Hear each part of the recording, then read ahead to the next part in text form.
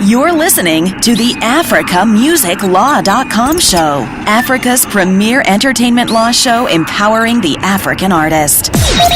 And now, your host, attorney, speaker, visionary, game changer, Ms. Uduak.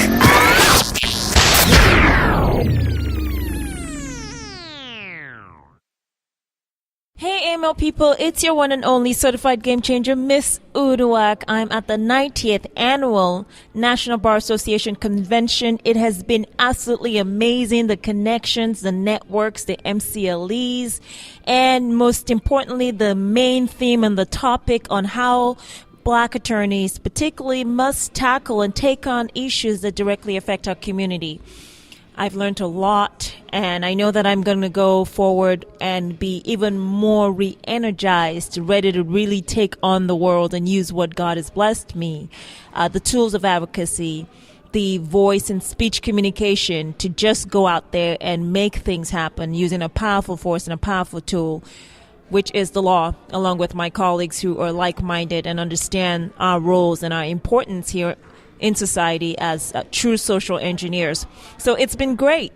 But I wanted to make sure that you over there do not miss anything, even though you weren't able to make it here. So you've been seeing me roll out a series of interviews with some of the attendees here. And this particular one is quite interesting. It is with an artist called Karl Wilkes, who was formerly the personal artist to Rosa Parks. As you can imagine, such interesting historical context, and I enjoyed interviewing him. I hope you enjoy the actual interview as well. For those who may be joining us for the first time, this is our 54th episode, and we're doing things a little bit differently. What we're doing is just a short, sweet series of interviews that I'm bringing to you directly from the National Bar Association convention floor, actually. And I just wanted to make sure you do not miss out. Today is the last day of the convention. It's been absolutely fantastic.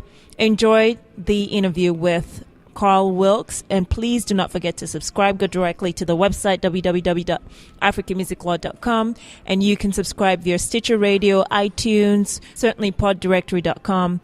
And I will catch you all very, very soon. Back to regular programming pretty soon. Take care and enjoy.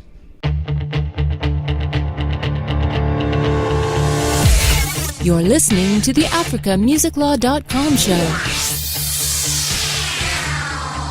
Africa's premier music business and entertainment law show, empowering the African artist. Welcome, everyone, to the AfricaMusicLaw.com show. I'm here with Karl Wilkes. He's an artist and a very, very unique artist. You've got to see his work, which I will have it in the show notes to appreciate what he's doing. We are here at the National Bar Association 90th Annual Convention held in Los Angeles, California. Karl, how are you? Welcome to the show. Thank you. Glad to be here. So why was it important for you to showcase your work here at the 90th annual event? Well, the content of my work is very significant in terms of the plight of African American people, and I have the tendency to reach out to everyone so we can continue to identify with who we are and where we came from. It's very important for me to be here because I've actually finished a piece. It's called Lady Justice, J-U-S-T, capital U-S, meaning just us or just United States, but as a people.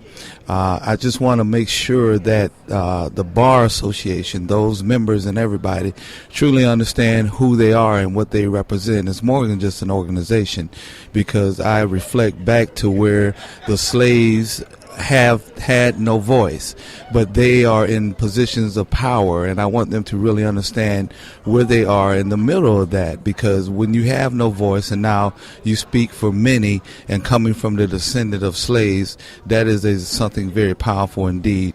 And so just to even present that through my works and let them see and probably become a part of it or see the works and find something within the works that relate to them, I think it's inspiring and empowering, and that's why I'm here. Okay, so we'll get into your work in a quick minute, but what is the message you want to communicate to Black lawyers on what we can do collectively to further enhance and embolden our communities in light of the police brutality, in light of a lot of the injustice where you're seeing a lot of us die left and right with no true legal ramifications? Well, the thing that excuse me, that they need to understand first and foremost is who they are. And once they figure that one out, instead of just who they are in terms of what job they're doing, what position they're in, what company they work for, that's not important. What's important is who they are in terms of soul searching and finding out who they are in terms of being able to do more than just a job.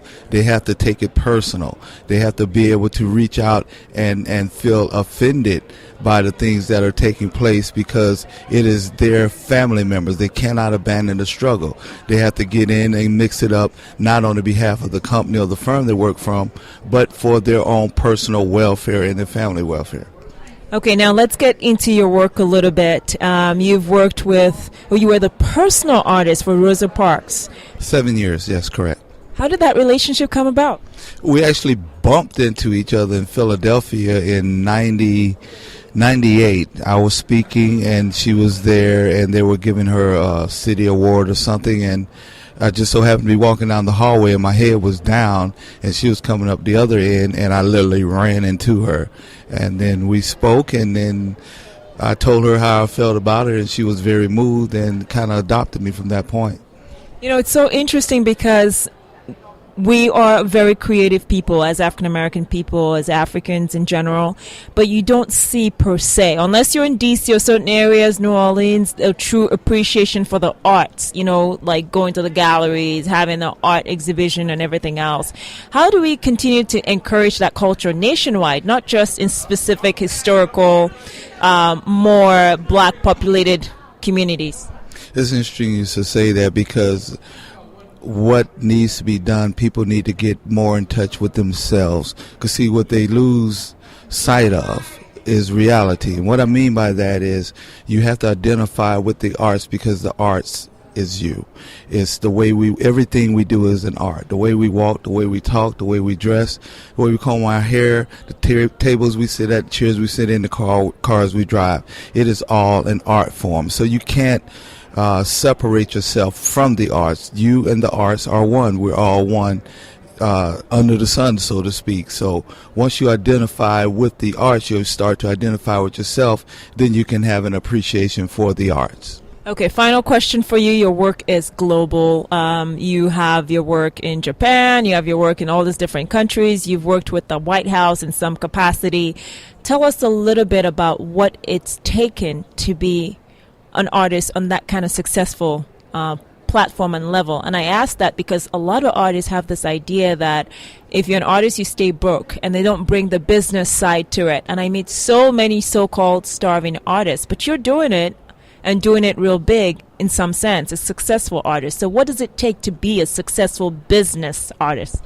Okay, well, first you got to know the business of how to do business, and you take your creativity as an artist and apply it to business sense. So if you can be that creative on the canvas, then just get creative within the sense of business. One thing, the term starving artist, that's an old cliche, and it came from Vincent van Gogh because he never sold a painting a day in his life.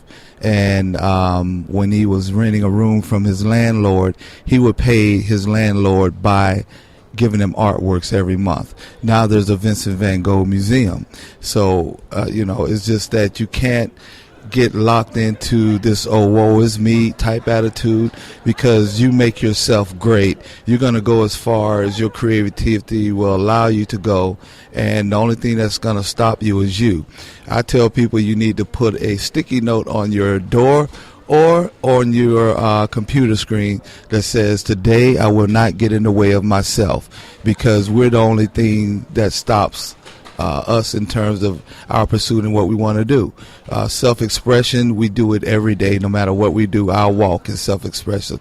So you have to find a way and look at your works and be honest with yourself and figure out what's museum worthy and what's marketable.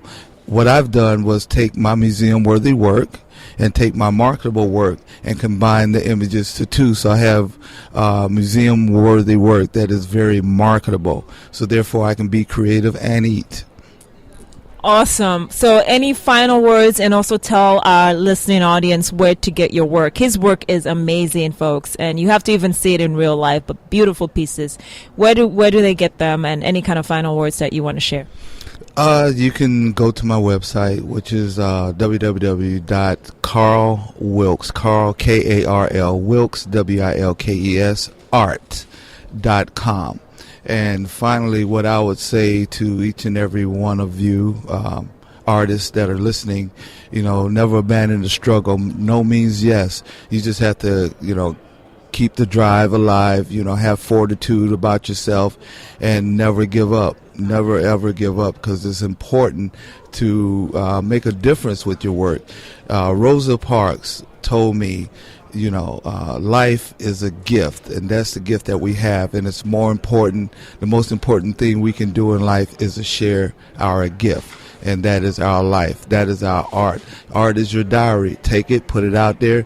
Someone would notice, and you'll have your own way with it. If not, create your own way with it. You have to believe in yourself so much that nobody else has any choice but to believe in you also.